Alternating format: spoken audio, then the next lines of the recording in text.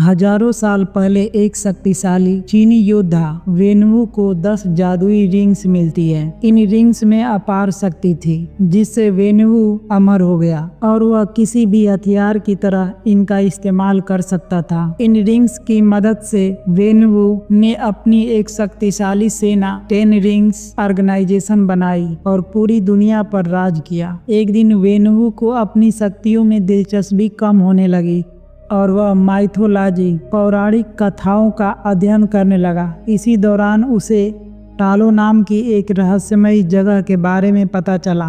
टालो एक ऐसी दुनिया थी जहां जादुई शक्तियां और जानवर थे। वेनवू टालो पर कब्जा करना चाहता था, इसीलिए वह अपने साथियों के साथ टालो के जादुई जंगल से होकर वहां पहुंचा। उस जंगल में उसकी मुलाकात टालो की रक्षक यिंगली से हुई। वेनवू और यिंगली के बीच लड़ाई हुई, लेकिन यिंगली ने अपनी शक्तियों से वेनवू को हरा दिया। लेकिन वेनवू यिंगली के प्यार में पड़ गया और यिंगली भी उसे पसंद करने लगी। यिंगली टालो छोड़कर वेनवू के साथ रहने के लिए तैयार हो गई, लेकिन ऐसा करने से उसकी शक्तियां चली गई।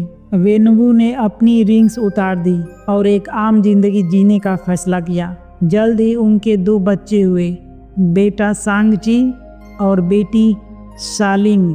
वेनवू की रिंग्स उतारते ही खबर फैल गई चारों तरफ। सालों बाद उसके पुराने दुश्मन आयरन गैंग्स ने वेनवू के घर पर हमला कर दिया, लेकिन उस समय वेनवू घर पर नहीं था। उसकी पत्नी यिंगली, जो बिना शक्तियों के थी, उसने अपने बच्चों को बचाने के लिए बहादुरी से लड़ाई लड़ी, लेकिन वह हार गई और मारी गई। इस घटना से वेनवू का दिल टूट गया। उसने फिर से अपनी रिंग्स पहनी और आयरन गैंग से बदला लेने का फैसला किया। वेनवू ने अपने बेटे सांगची को भी अपनी सेना में शामिल कर लिया और उसे एक खतरनाक हत्यारा बना दिया। सांगची को आयरन गैंग्स के लीडर को मारने के लिए भेजा गया और उसने यह काम पूरा किया, लेकिन अपनी माँ के आदर्शों को याद करते हुए सांगची को अपनी इस हरकत पर पछतावा हुआ और वह अपने पिता से दूर भाग गया। दूसरी तरफ शालिंग ने भी अपने भाई और पिता से अलग होकर एक फाइटिंग क्लब शुरू कर दिया। सन 2024 में वेनवू को अचानक अपनी पत्नी यिंगली की आवाज़ सुनाई देने लगी। उस आवाज़ में वेनवू को बताया कि यिंगली जिंदा है और टालो के लोगों ने उसे कैद कर रखा है। वेनवू इस धोखे में आ गया और अपनी पत्नी को आज़ाद कराने के लिए टालो पर हमला करने का फैसला किया। टालो में जाने के लिए वेनवू को 2 जादुई लॉकेट्स की ज़रूरत थी, जो यिंगली ने सांगची और शालिंग को दिए थे। वेनवू ने अपनी सेना को सांगची और शालिंग को वापस लाने के लिए भेजा। सांगची अपनी बहन को बचाने के लिए मकाऊ जाता है, जहां वेनवू उन्हें पकड़ लेता है। वेनवू सांगची, शालिंग और उनकी दोस्त केटी को अपने ठिकाने पर ले आता है, जहां वह उन्हें अपनी योजना के बारे में बताता है। सांगची, शालिंग और केटी को वेनवू के ठिकाने से भागने का मौका मिलता है।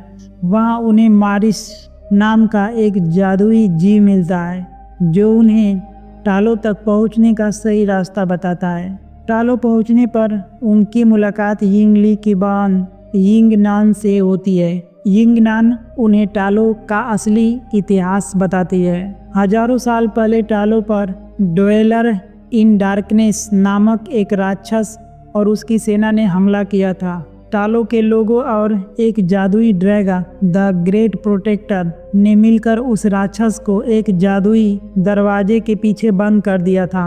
ड्वेलर इन डार्कनेस खुद तो दरवाजे को तोड़ नहीं सकता था, इसीलिए वह बाहरी दुनिया के लोगों को लुभाकर उस दरवाजे को तोड़वाने की कोशिश कर रहा था।